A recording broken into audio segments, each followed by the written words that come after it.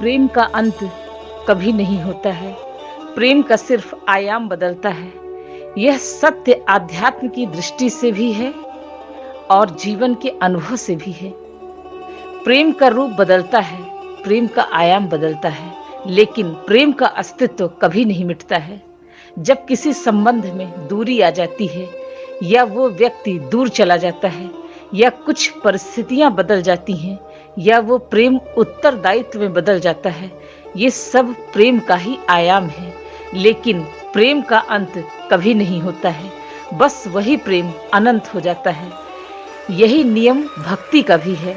जैसे राधा और कृष्ण का प्रेम शरीर से पार होकर भी जीवित रहा, कृष्ण और रुक्मणी का प्रेम भी शरीर से पार होकर अनंत रहा।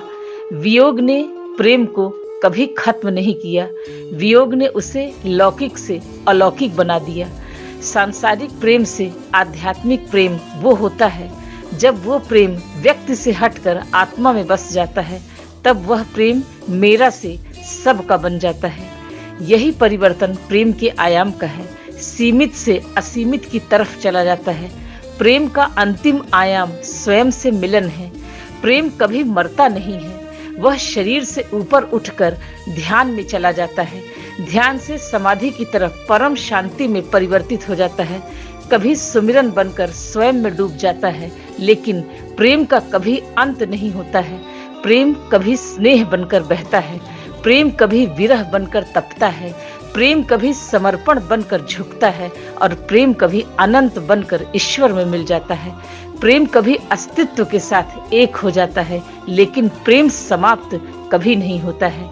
वही प्रेम रूपांतरित होता है, सीमित से असीम की ओर, व्यक्ति से चेतना की ओर, आत्मा से परमात्मा की ओर, स्पर्श से अनुभूति की ओर। प्रेम अनंत है। यही है सम्राट समर्थ की अनंत पुकार।